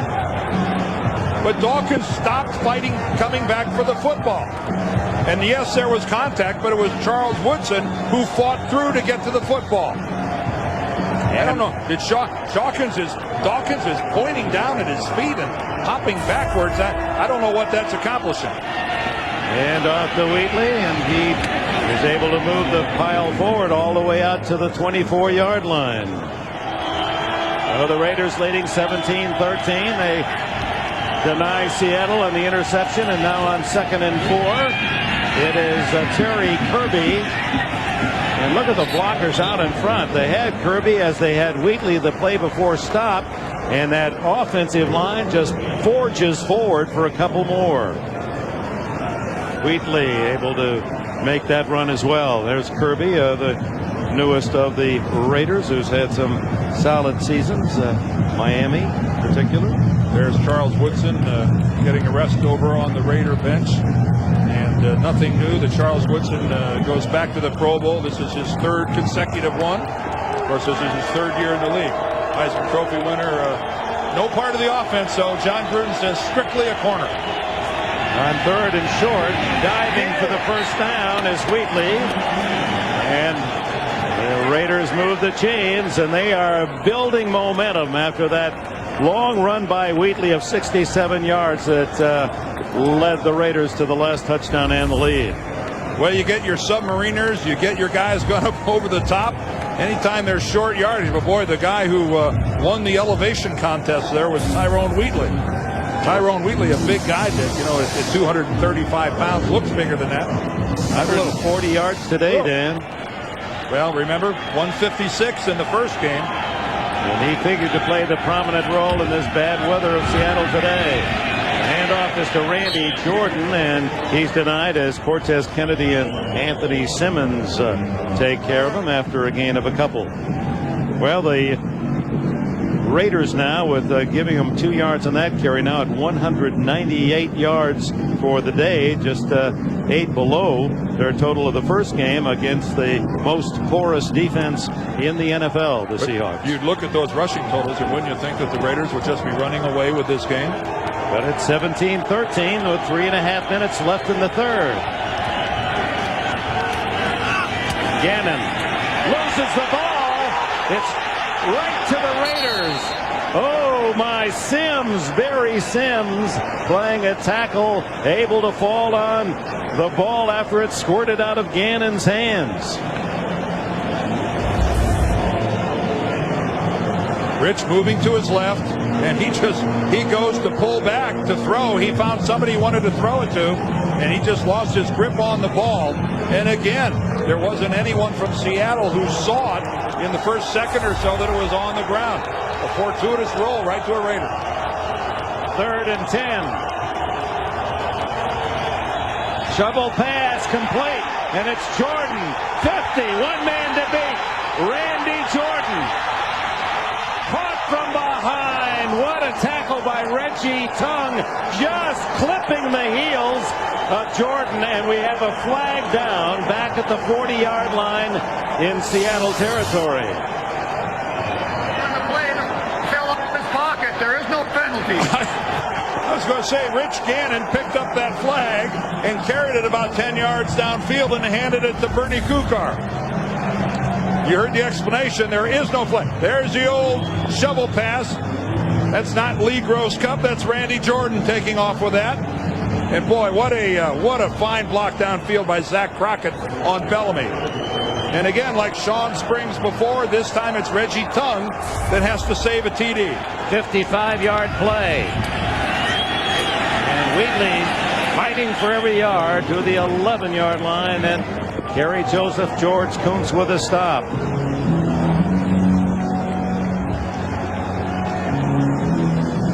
The Oakland Raiders at 11-3, one game ahead of Denver, but keep in mind they can't end up in a tie with Denver because Denver beat them twice during the regular season. The Raiders, with a win today, still have a shot at home field advantage all the way through the playoffs. To get that, though, they'd have to win next week and hope that Tennessee loses one of their remaining 2. They host Carolina in Oakland next Sunday. See, Tennessee is the #1 seed in the AFC. For both of those clubs, Denver at Kansas City tomorrow, and then they close out against the 49ers. 2nd and 8. Tim Brown territory, but they give to Wheatley. And Wheatley holds the ball, and it's recovered by Riddick Parker of Seattle. Oh, there's a huge break for the Seahawks. There's no official signal, but as you could see, there was Parker rolling and the ball right in his mitts as Chad Brown was the one who ripped it free.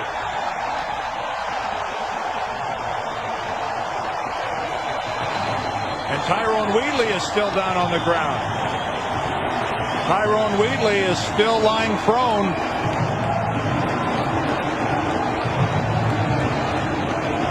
He's been the workhorse throughout this rainy, cold day in Seattle. Good leg helped off the field, and the Raiders have challenged the call. Well, and here's why, Dick, because let's take a right here is Chad Brown pulling on the football, but look at the knee of Tyrone Wheatley. Right there, you see Chad Brown, but it's down. It is down before the football comes loose.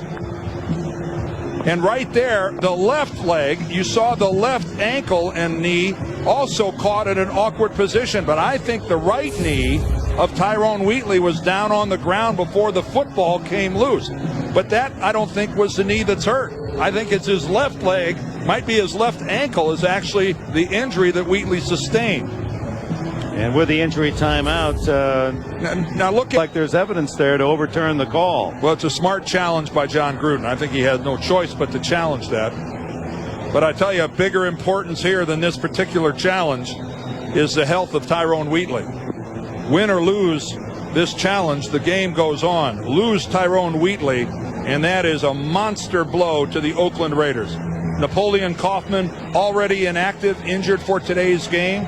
John Ritchie, their starting fullback with a bad ankle, inactive for this game. You are down to Randy Jordan, you're down to Terry Kirby, and one fullback in Zach Crockett.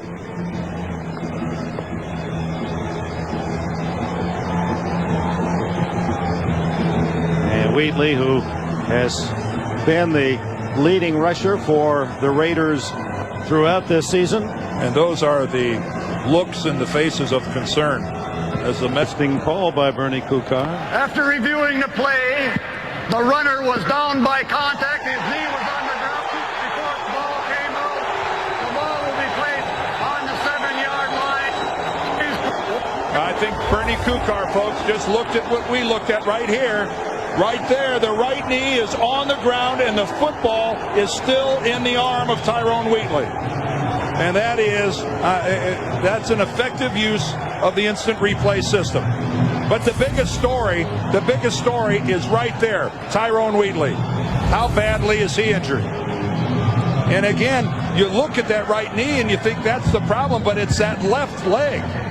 Whether it be the knee or the ankle, I don't want to speculate, but that left leg pinned back underneath Wheatley seems to be the problem.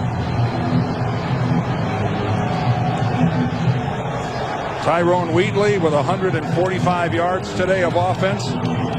So now it's third down and a long 3 at 5 yards now. At the scoreboard says 3. It's 5 to give to Jordan. No. The fake, the throw. Intercepted. Oh my. Isaiah Kazavinsky. Michael Sinclair appeared to hit the arm of Gannon.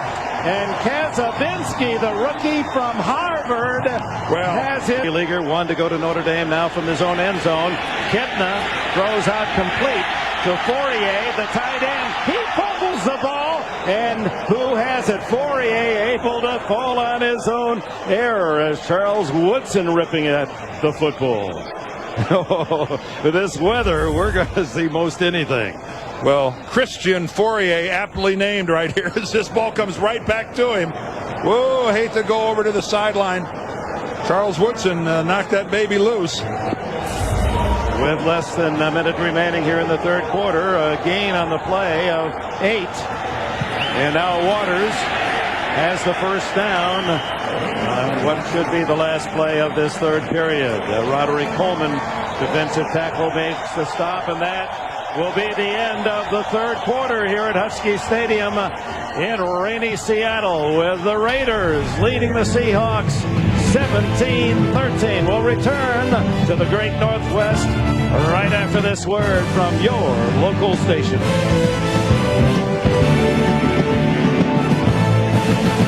For the fourth quarter, and Tyrone Wheatley, favoring that injured leg, stays on the bench. Seattle with the ball as we open this fourth period at the 14-yard line. First down. Waters for a couple. William Thomas and others with the tackle.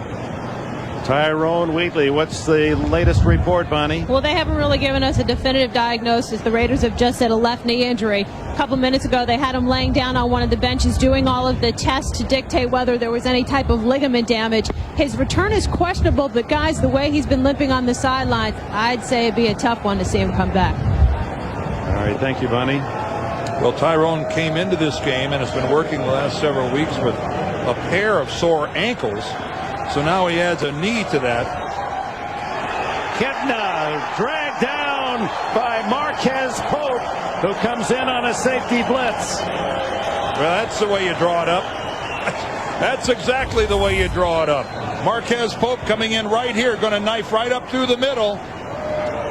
You notice the gaps being covered on both sides, and John Kitna absolutely no shot at recovering from that. Timing is so important on a blitz, and Marquez Pope just snuck a little closer to the line, timed it perfectly on his break. They had gone without allowing a sack, Seattle, for the last 2 games, but 3 today. Raiders with 41 sacks on the season. The handoff to Waters, out to the 15-yard line, but they needed 18 for a first down, and the punting team is put to use again. Josh Taves makes the tackle for the Raiders. Just an added note on Wheatley. We mentioned how close he was moving to his first ever 1,000-yard season. He had 146 yards to this point through 3 quarters. That's only 20 yards shy of the 1,000-yard mark, and now he's making his way apparently toward the locker room. But he's walking, and he's putting pressure on him. Beagles, and now he throws the ball, but there's no one there. Incomplete. Well, not only. And the linemen were all downfield anyway. Yes. You only had about 8 people, ineligible receivers downfield, Jeff. And the Raiders are going to have terrific field position now as they take over on downs deep in Seattle territory. Kicking downfield.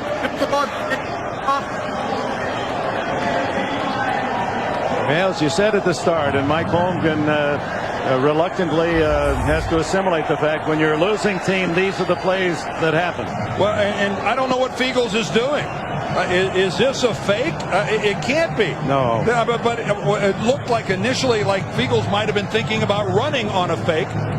Remember, he had a punt blocked in the first half, and I'll tell you something. Jeff Fiegels hasn't looked the same back there punting since. He's had a shank, and now that travesty right there. This is a guy that looks like he is severely rattled. 15-yard line, Randy Jordan for 5 on first down. As the Raiders try to improve on their 4-point advantage, Michael Sinclair makes the tackle. Tonight on CBS, what's a daughter to do when her mom goes? Second down, 5 at the 10-yard line. Jordan again. And he barrels his way close to the first down. Cortez Kennedy, 8 times a Pro Bowler, not this year. He's had an off season, makes the stop. Well, you know, Randy Jordan, he's been banged up a little bit. He's had a toe problem as well. But like everybody who runs the football for the Raiders, a lofty average. He only carried the ball 29 times coming into today's game, Dick, but he's averaging nearly 5 yards a carry, 4.8 to be precise. This quite a testament to this offensive line and the way they've been blocking for everybody. Nearly 6 yards a carry today, and a touchdown. 3rd and short. Jordan, big hole, touchdown! That's an offensive line touchdown right there, Dick. Randy Jordan gets his second one of the day, but that's an offensive line touchdown. This is a case of the big uglies laboring away in obscurity, but Lord, look at that blocking at the line of scrimmage. Jordan runs through a couple tackles down by the goal line, but impressive work up front by this Raider offensive line. And Jeff Fiegels, who knows what's going on underneath that helmet after the misplay on the punt, giving the Raiders the ball at the 15. Janikowski adds the extra point right into the large video screen on the eastern end of the stadium here in Seattle. And the first place Raiders finally have some breathing room, up by 11.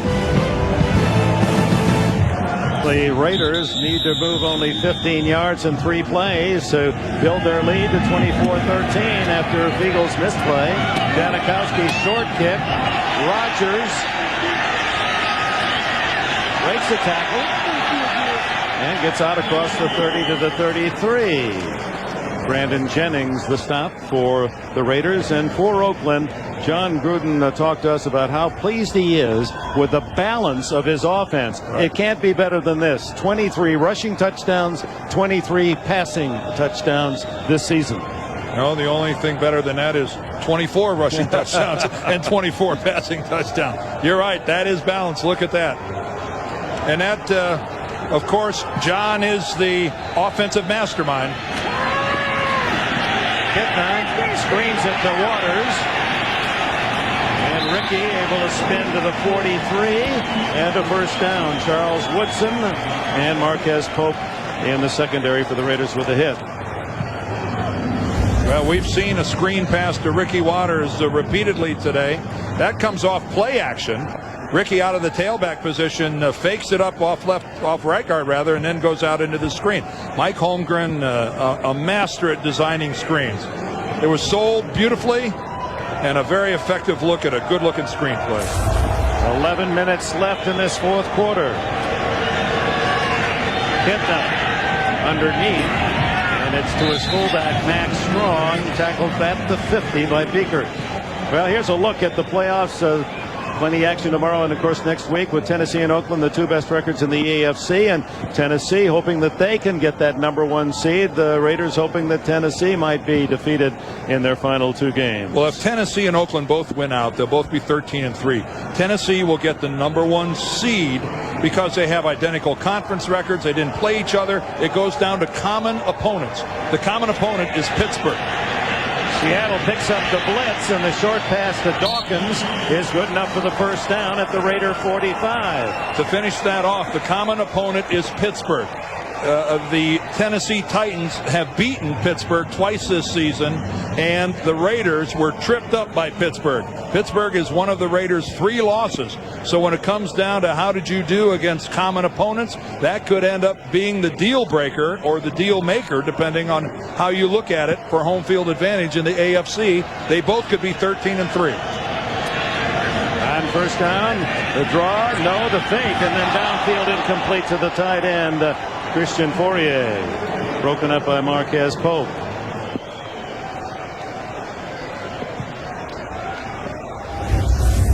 Well, and this has been both teams today. We have seen a number of times because of this weather, footballs delivered right on a receiver's hands, and they don't make the catch. But right now, it's Seahawks that need these kind of catches. They just can't afford mistakes when you're behind, and yeah, that's disappointing, John.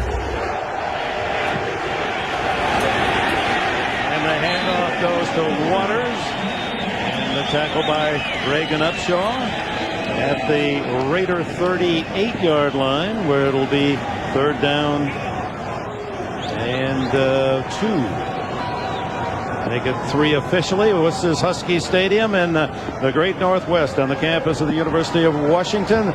And in a heavy rain and some swirling high-velocity winds, the Oakland Raiders have overcome a Seattle lead, 13-10 at the half, to lead at 24-13. Kipna, what a catch!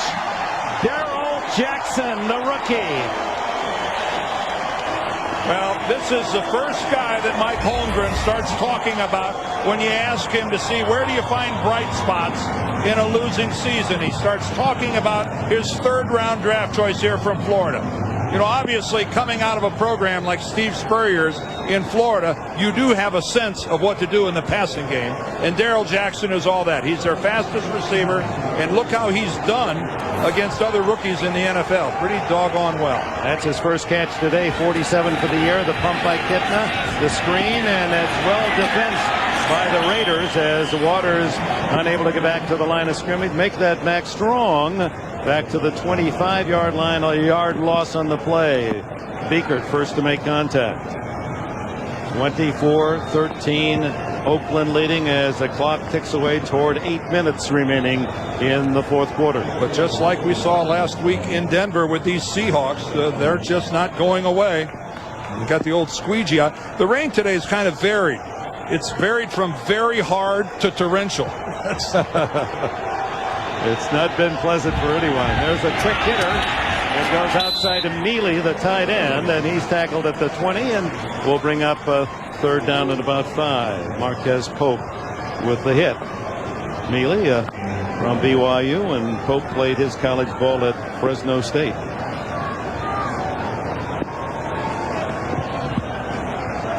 Ball at the 20.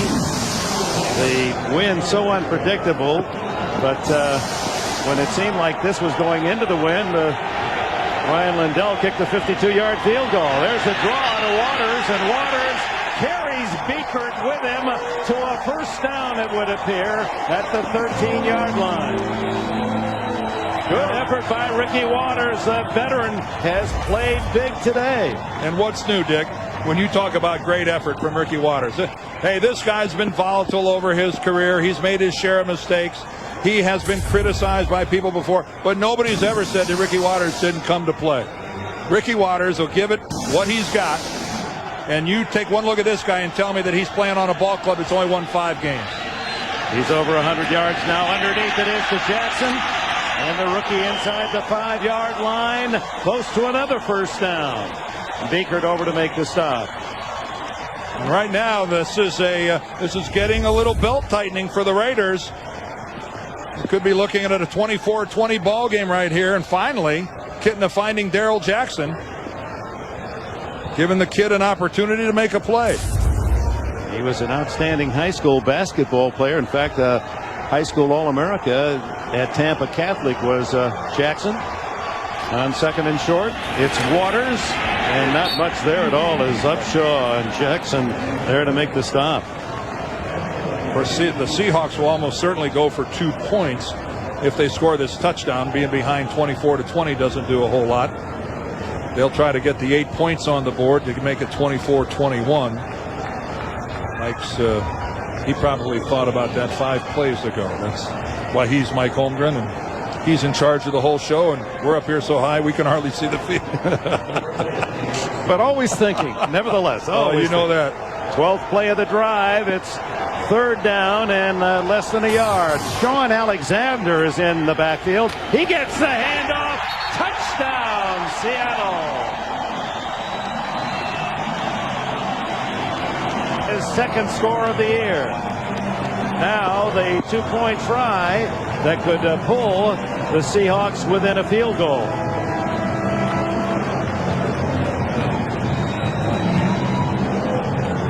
Well, every team goes into a game with a couple written down on the old chart. It depends on what stage of the game, what personnel is still healthy. Here's Mike Holmgren's selection. Alexander still in the game, not Waters. The throw, not even close. Intended for Sean Dawkins, and he had a blanket for wearing him, Charles Woodson. I was going to say, why of all people would you challenge Charles Woodson on a fade pattern in the end zone? Whoa! 5 points. The Raider lead. Making a fine catch. Nothing like flinging fish. Guy's got great hands. Spend an afternoon. Oh, well, you can catch a big old mackerel like that. Lindell lines it deep, and Dunn picks it up at the 2. Runs around a couple of Seahawks and makes it to the 23-yard line, and a timeout. 5 minutes, 5 seconds remain, and the Raiders lead by 5. We'll come back to Husky Stadium in rainy Seattle. The Raiders and the Seahawks, and Oakland with a 5-point advantage, 24-19. 5 minutes and change remaining in the fourth. Gannon to Jordan, and Jordan stacked up at the 25-yard line, led by Antonio Cochran.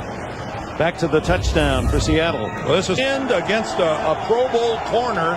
That's a really a tough call. It's a tough completion. Jordan, and he's tripped up after a short game. Good penetration again by Antonio Cochran. I don't know what you're talking about. Jordan tripped up at the 30. He did not make the first down. It'll be 4th and about a yard and a half as Reggie Tongue, the former Kansas City Chief, trips him up. Jordan says he's got the first down. No, I'm sorry, Randy, you're a yard and a half shy. Randy, I don't know what you're looking at, or I don't know if he's telling John Gruden to go for it, but I think not. No, Seattle will have a chance to support these hardy fans at Husky Stadium with a upset chance. They're down by only 5, and we'll get the ball. Charlie Rogers back at the 22. Leckler, who has been had high grades as a punter in his rookie season, floats it.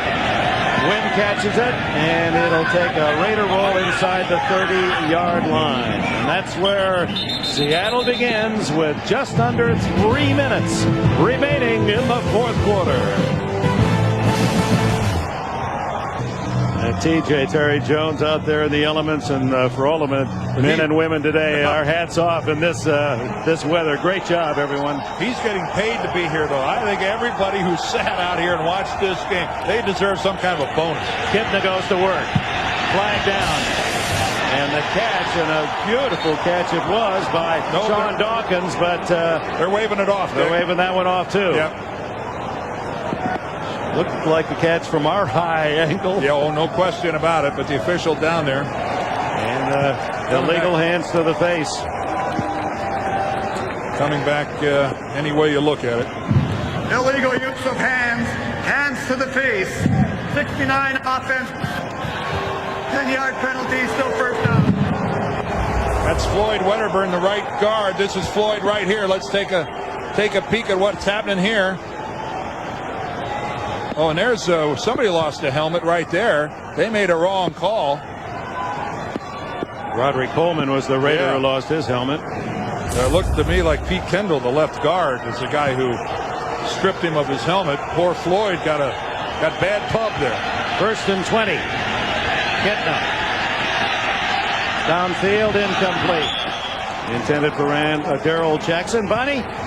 Guys, with the Raiders hanging on to a 5-point lead, interesting to note one of the big differences between this year's team and last year's is the ability to win the close game. 5-1 this year in games 7 points or less. Rich Gannon says it's guys come to minicamp, getting the offense in sooner, improvements in personnel, particularly Andre Rison, and a big improvement in the special teams. And, of course, the kickers being a very big part about that. The two rookie kickers, Leckler the punter and Janikowski the field goal specialist. 2nd and 20. Draw play. And Waters weaving his way. Now in the open at the 40. Then he fumbles the ball.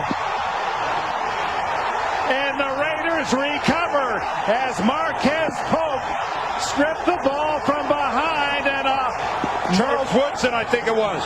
I think Charles Woodson knocked the ball loose as he came across. And Marquez Pope recovers, and that one went from the emotions of Seattle, perhaps with an upset win, to the heartbreak of the Raiders recovering down. They're going to mark it, I believe, on the 1-yard line. Watch from the left. Watch from the left of your screen. Right there, the tomahawk by Charles Woodson knocks the football loose from Ricky Waters. And look at it go. And Marquez Pope and a host of Raiders there to gather in the ball. Boy, we saw Charles Woodson drag down Tyrone Wheatley. And now Charles Woodson, with that remarkable speed, puts the old Lawrence Taylor chop on the football. And, gee, Seattle just can't seem to catch a break. Well, the officials are having a decision here to find out, I think, exactly where the Raider recovery was, whether it was on the 1-yard line or in the end zone for a touchback. And that's a big play. Do the Raiders start on the 1 or out at the 20-yard line? But Woodson perhaps saving the hopes of being the number 1 seed for the Raiders. On the field is the defense recovered the ball. It is a safety. Yeah. A safety. Oh, my. So 2 points to the Seahawks, and they're going to get the ball back on a free kick if it is upheld. They're saying he recovered the football on the 1-yard line, slid into the end zone, and was touched there for a safety. But let's look. Here's how it starts. Charles Woodson. Here's the saver right there. Ricky Waters doesn't sense that anyone is that close to him. And Charles Woodson with a direct KO. All right, where's the recovery? No question, Marquez Pope has the football, but he slides on into the end zone. John Gruden is arguing that the impetus of the football carried him on into the end zone. Remember, if you intercept the ball on the 2, they call that intercepting momentum that will take you on into the end zone. And this is recovering momentum by Pope, who skids into the end zone and then is touched down. What we can't see from that angle, Dick, is exactly when Marquez Pope secures complete control of the football. Let's look here. Maybe we'll get a better look at it here. Where does he get complete control of that football? And we're screened on that angle.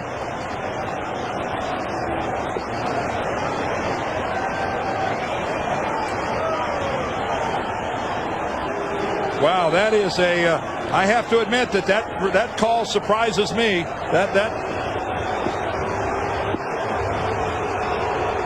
The officials are still huddling, and John Gruden arguing the Raider case vehemently. If that was an intercepted ball, your going into the end zone is completely acceptable. I have to admit, I have never seen a situation like this where someone gets the football, recovers a fumble, slides into the end zone, and then is touched for a safety. I have never seen that before. And I sense most of you have not either. Rolling on the field is a safety. Please get on the field. What an incredible call. The established possession in the field of play, and because of the wet turf, skids in. And that's just Jerry Markreich, the longtime head of NFL officials, offering that explanation. It is not the same as interception momentum. He had established possession at the 1 and therefore was responsible for getting back in the field of play. So the free kick now by Leckler with Rodgers at the 15. There's still 2:24 left. And it's a 3-point game. The Raiders lead. Rodgers. And he is to the 39-yard line. Travian Smith makes the tackle. Well, we'll see how much this play. Been a touchback, but he gained possession at the 1. The throw incomplete to Waters. He was covered by William Thomas. 2:09 remaining. Seattle has 2 timeouts. Oakland all 3. And Charles Woodson showing why he is on to Honolulu for his 3rd Pro Bowl. He has an interception today. He's just been terrific on his coverage, and then makes that hustle play to save what would have been a go-ahead touchdown. Well, remember, he had the one where he ran down Tyrone Wheatley coming all the way across the field. Charles Woodson has had a monster day. Kitna. Complete at the 42 of Oakland. Seattle is at the Oakland 42, a field goal away from tying this game, and in the spirit of the game, it certainly didn't seem right that Pope would be charged with a safety. Well, the biggest part of it was that it looked like it was going to be a Seattle touchdown initially, with Ricky Waters having broken free. But the reality of it is that we said from the beginning what we saw last week in Denver, this Seattle team has no quit in it. Kitna. It's complete to his tight end, Mealy. Itola Mealy. And it's another Seattle first down, a wobbler, but Mealy was wide open. And when you say wide open, you're not kidding, as he just runs this simple pattern against the Raiders zone. He's completely lost. William Thomas way late getting over with the coverage.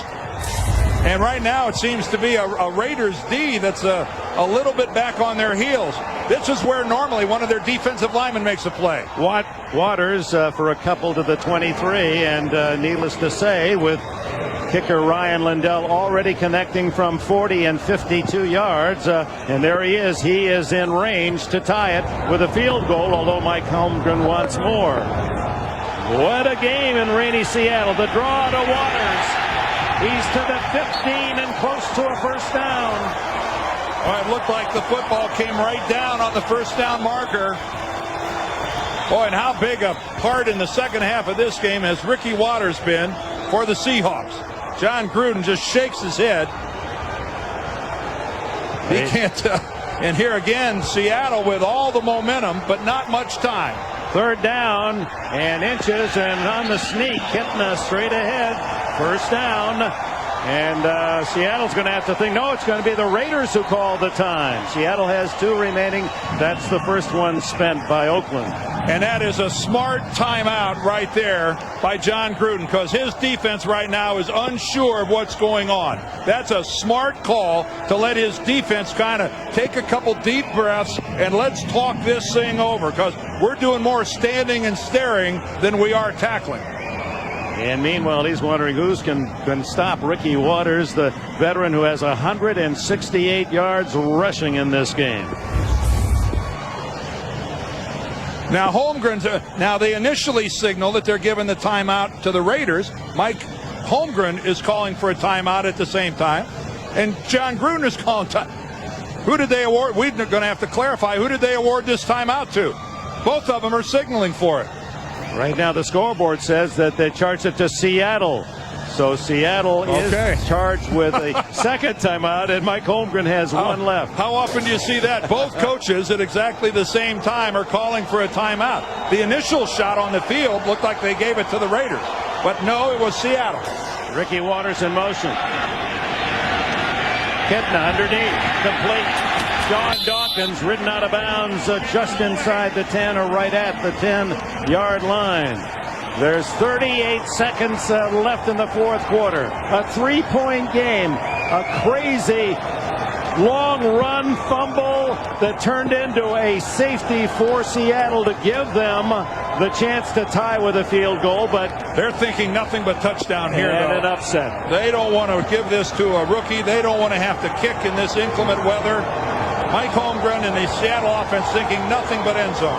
As rain pours down on Husky Field. 2nd and 5. Kitna to the end zone. No good. Sean Dawkins, the intended receiver. It was close to being a touchdown. Tony Bryant was forcing Kitna to fire. Well, the Seahawks going with 4 wide receivers. Dawkins is to the outside. The slot breaks outside. And that was a beautifully thrown ball by John Kitna. Look at him put this ball right on the hands of Sean Dawkins. Boy, that is a heck of a throw. No way it would have been complete. Dawkins' feet were already out of bounds. 33 seconds. 3rd and 5 from the 9. And now the Raiders take a timeout. You saw Anthony Dorsett, the safety. He didn't like that alignment and thought they were in the wrong defensive positioning. And the Raiders call time. Baltimore could benefit. Denver benefits. Really benefits. Yeah, because that throws Denver then into a tie with the Raiders, depending on what. Keep in mind, Denver holds the tiebreaker over the Raiders because they beat them twice in this 2000 regular season. So there are a whole lot of people out there right now rooting for the Seahawks. Including Tennessee. 3rd and 5. Kitna.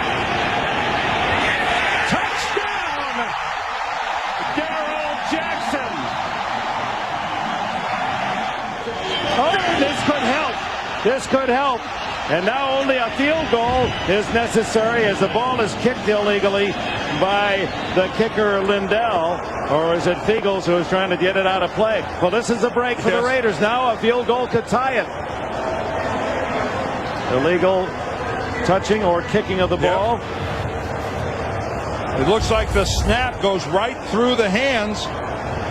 Fiegels is the holder. It was a good snap, and it just goes right through Jeff Fiegels' hands.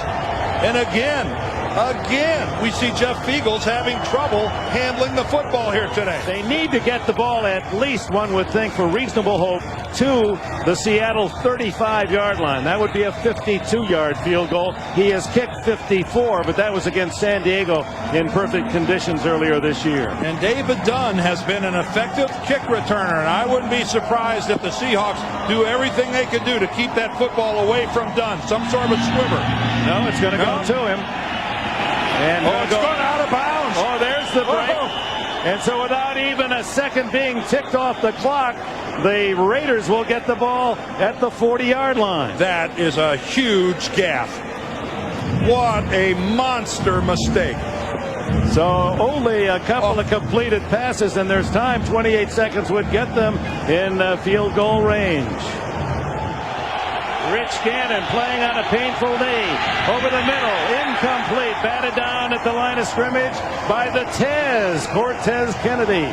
24 seconds left. Well, as I said earlier, this is as close as the Seahawks are going to get to a playoff atmosphere here today.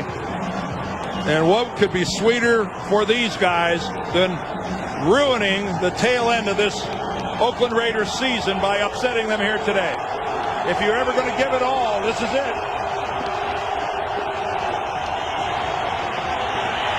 Gannon going long. Incomplete. Intended for Tim Brown. And there comes a late flag. You're not allowed to take a free shot at a receiver if it's an incomplete pass. Maurice Kelly saying that he timed his hit, thinking the ball would be caught on Andre Rison. Well, this is a flag that can be picked up, but they're going to discuss it, and they're not going to pick it up.